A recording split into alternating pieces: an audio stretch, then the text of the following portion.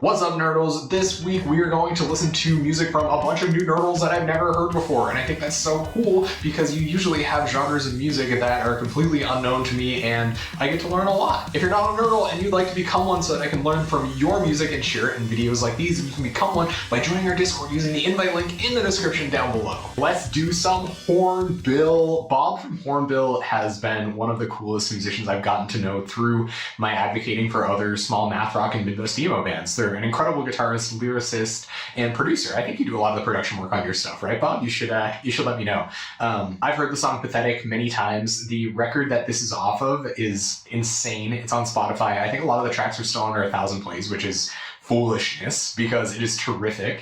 If you've ever heard the band Post Madonna, it's kind of in that vein. I always called it spazcore, but that's kind of like a useless genre name because I think only Hornbill and Post Madonna fall into that category. But maybe you guys will see what I mean when we listen to Pathetic. Oh, your band is so good, man. And you can do this live with some sampling really easily. To the riverbed.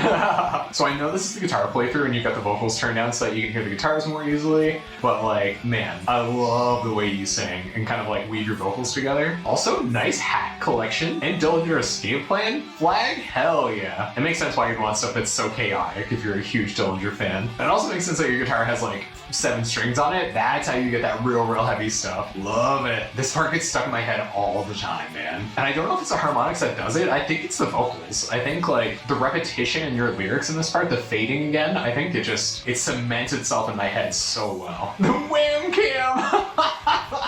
Whammy pedals are like the coolest guitar effects pedal. I think every song should have a little bit of whammy pedal going on. And maybe that's why I related you to Post Madonna, because like they use a lot of whammy pedal. And you said you had like, I don't know, not issues, but you said you didn't like trying to pick out ways to transition things, or you didn't think you were very good at it. I think your transitions are terrific. Your parts don't mash up against one another. You really do like finish out a thought before moving on to something else. Nice little clean picking part. Every track needs this. I can see your microphone there too. So do you record and track all of this stuff like right in your bedroom? That's insane if that's the case, because like your stuff sounds so good. Yeah, Bob, like you know I love you guys, and I'm just like so happy to be listening to another one of your tracks. If you haven't heard Hornbill yet, then you have to check them out. Bob is making some really cool music with the drummer of the group, and you're missing out big time if you're not listening to them, seriously. All right, here we have a track called Sorry Means Nothing, which is like very angry, and I love a good angry track. This was a track submitted to the #Nurtle content channel as an audio file, so if you want to get access to it, then you must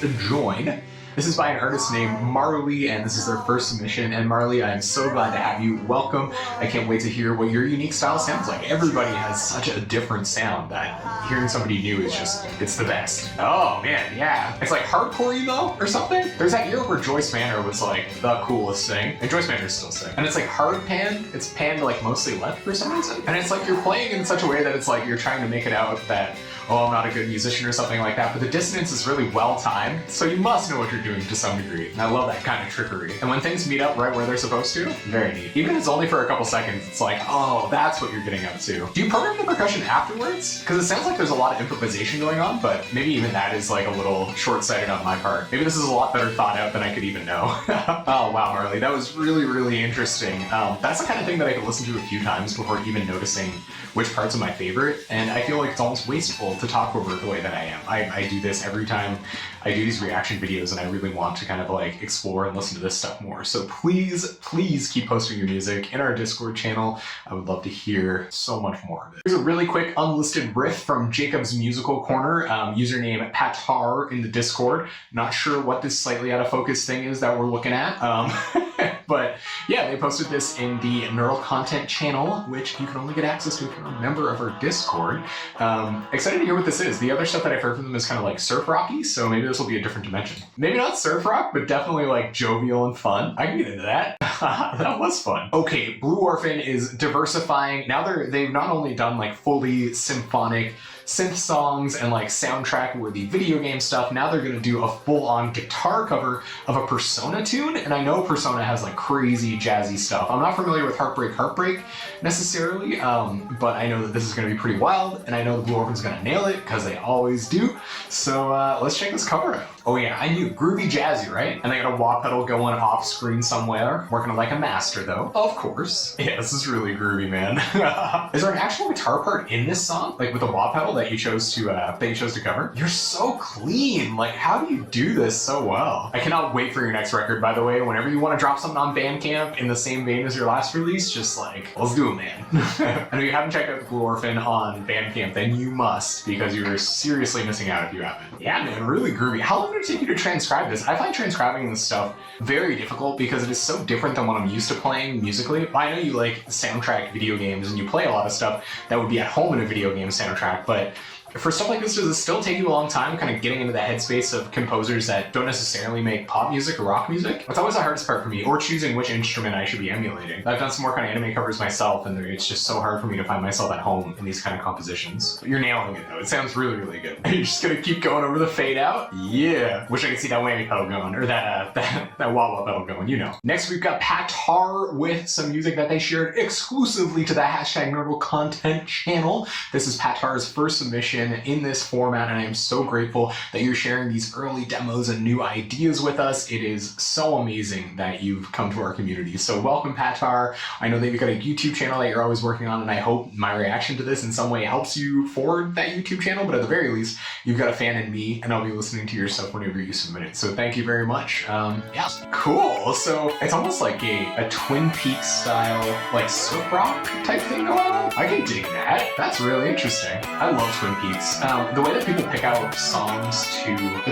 pick out chords to kind of sound surfy is so far beyond me. Like, I wish I understood what surf rock was made up of, but it almost seems like the people that write the songs do it in kind of like a whatever kind of way. And like, I'm really impressed that your whatever kind of way sounds like that, because surf rock just sounds like summer, you know what I mean? So yeah, really interesting. I look forward to hearing more of that. All right, here we've got Cal Logan with some more of their electronic work. They said they were really proud of this one and that they really liked it. And so far, I'm really liking it too. A bass line just letting us know what's going on. Oh, and we're being hung here. It's just like, oh, is that gonna be the downbeat? What is that percussion doing? Oh, and the bass is still like holding on to us, letting us know what's going on, and like telling us not to be too scared, while the noisy percussion in the background is like, oh, you shouldn't be scared, be nervous.